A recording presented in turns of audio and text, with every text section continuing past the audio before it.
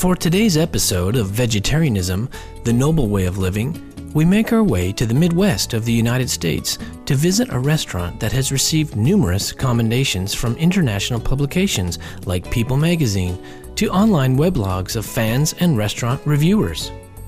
The restaurant, The Vegetarian, is the vegan creation of Chrissie Hynde, who you may remember as the singer from the acclaimed rock group The Pretenders. A few months ago, The Vegetarian received PETA's Proggy Award for Best New Vegetarian Restaurant, and our curiosity piqued. We wanted to see for ourselves what was it about this classy diner that includes a coffee shop and bakery that has quickly become the prize of Akron, Ohio, USA. Welcome, global viewers of the Supreme Master Television. We are here today in Akron, Ohio, just half an hour south of Cleveland. This is the home of the famous rock star Chrissie Hynde. Chrissie was born in Akron, Ohio, and raised here. After college, she left for England and eventually formed the band The Pretenders.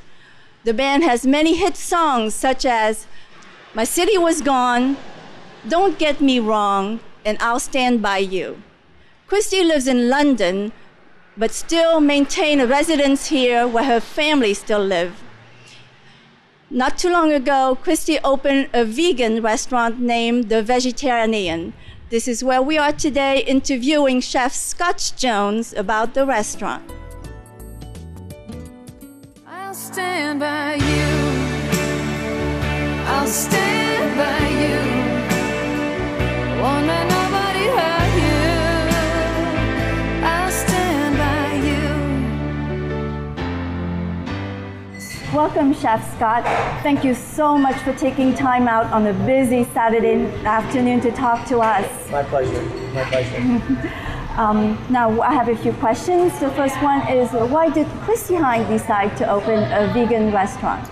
Well, Chrissie decided to open a vegetarian restaurant. Okay. And she wanted a place in Akron that when she came home that she could really enjoy good food at.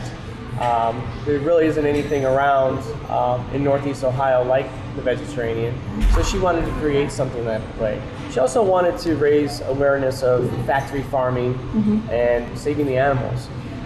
So about 4 or 5 weeks before we opened up, I said to her, well, if we're going to do vegetarian, why don't we just go vegan? Wow. And so we decided to go 100% vegan, obviously no animal products whatsoever, from the food to the pastries. Okay. So it's been a great fun experience for myself as a chef.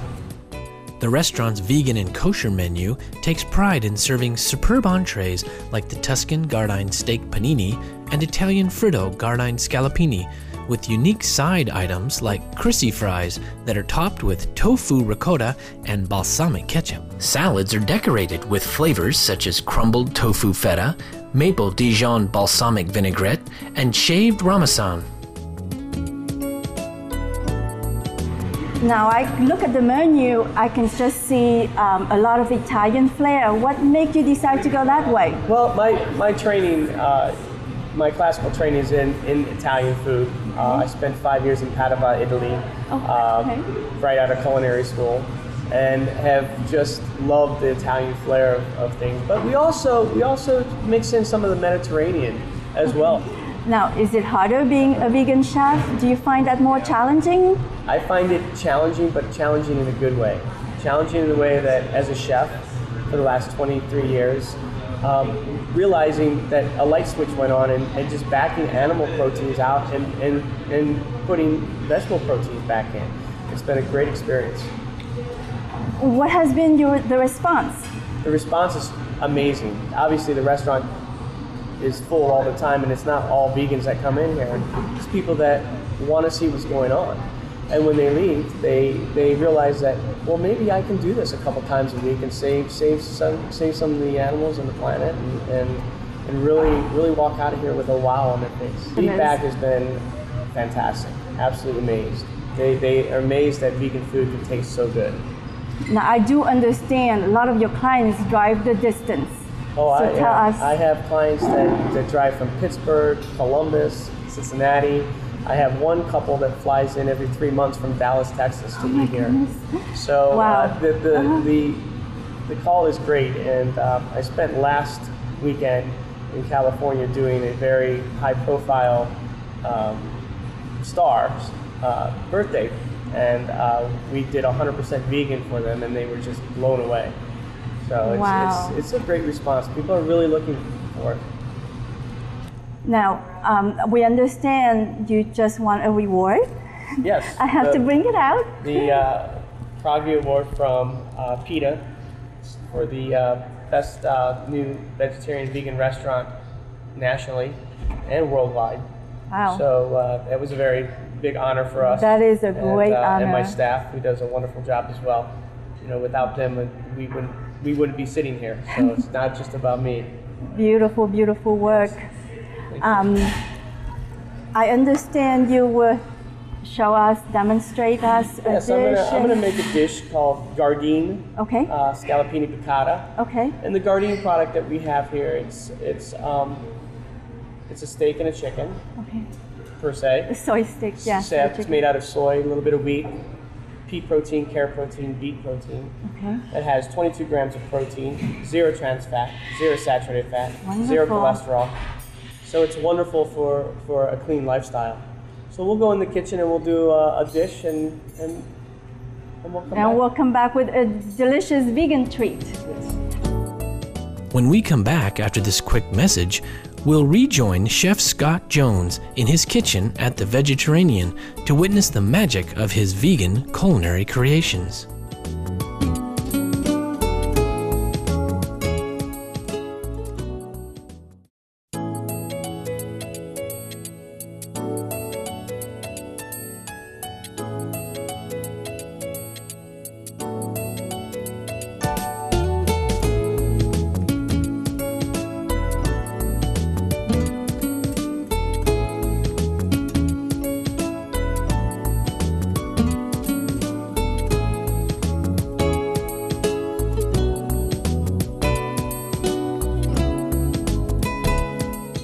Welcome back to Vegetarianism, the Noble Way of Living. Right now, we're standing in Executive Chef Scott Jones's kitchen at the Vegetarian. He will be demonstrating how to make the amazing Gardine Scallopini Piccata, one of the most popular menu items in the restaurant.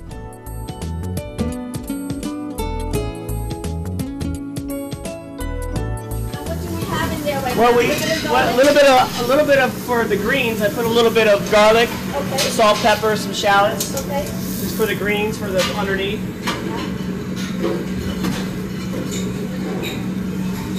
And then I'll just start the pan with a little bit of canola oil. And then take the Gardine Scallopini to the pan.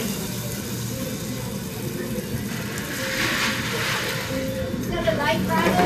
Dipping it in? It's actually, what it is tempura batter that we thin out and add a little bit of red palm oil for the egg color. Okay.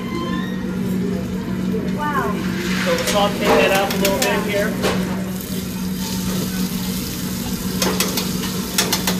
See how it gets that nice coating, kind of like an egg wash per se. Yeah. So it's just basically thinned out tempura batter with the red palm oil. I've never heard of the red palm oil. The red palm oil, you know, when you add a little bit, it's red, but when you add a little bit, it gets that yellow egg shade color. Okay, cook fool me. I thought that was turmeric.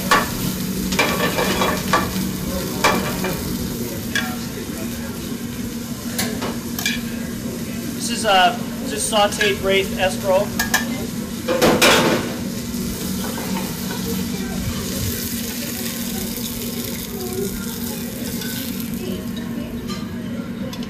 And then when I make the sauce, it's just a little bit of salt, pepper, some shallots, a little garlic, a little bit of sugar to take the bite off of the lemon juice. And then I'm going to put some capers. I'm going to reduce that just a little bit, and then what I'll do is I'm going to use a little bit of soy butter and a touch of Wondra to make kind of a Beurre blanc. It's like a beurre blanc. Right. Yes. You do have shallots in there? Yes. Okay. So a little bit of shallot, a little bit of garlic, salt, pepper, lemon juice, capers, and a little lemon zest. It smells wonderful.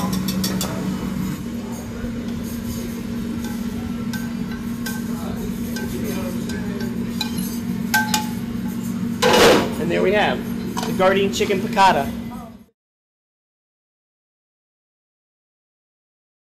Well, here we are back to the table and this beautiful, beautiful dish.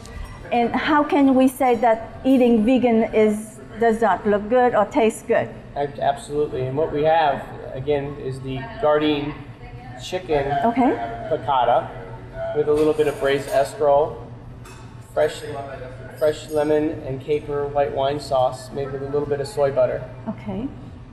Again, the Gardein product is soy, wheat, vegetable proteins, 22 grams of protein in that 4-ounce portion, 0 trans fat, 0 cholesterol. It sounds fantastic. Now, and healthy. Yes. And healthy. Another question: do you think there's another restaurant in the future?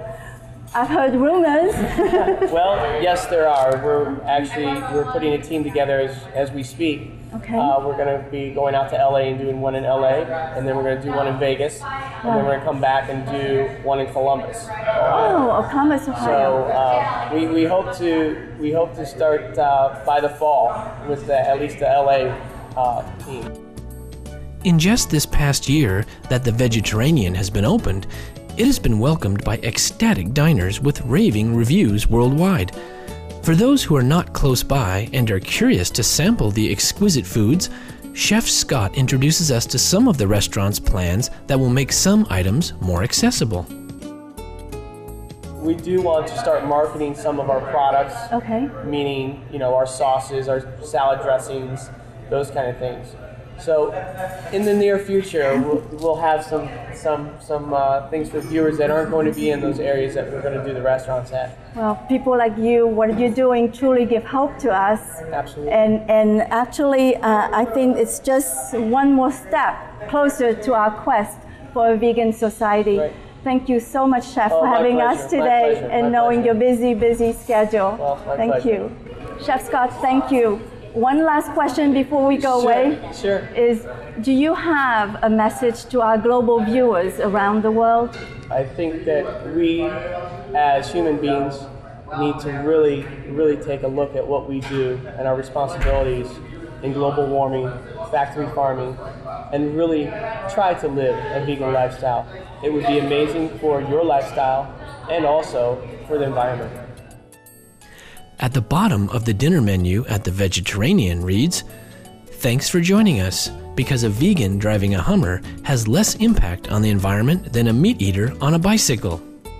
We extend our gratitude to the brilliant minds and creative vegetarian chefs who have become wonderful champions for our health, the sustainability of our planet, and the livelihood of our animal co-inhabitants through enticing plant-based dishes. As Chef J. Scott Jones' motto goes, because world peace begins in the kitchen. Coming up now is Between Master and Disciples, here on Supreme Master Television.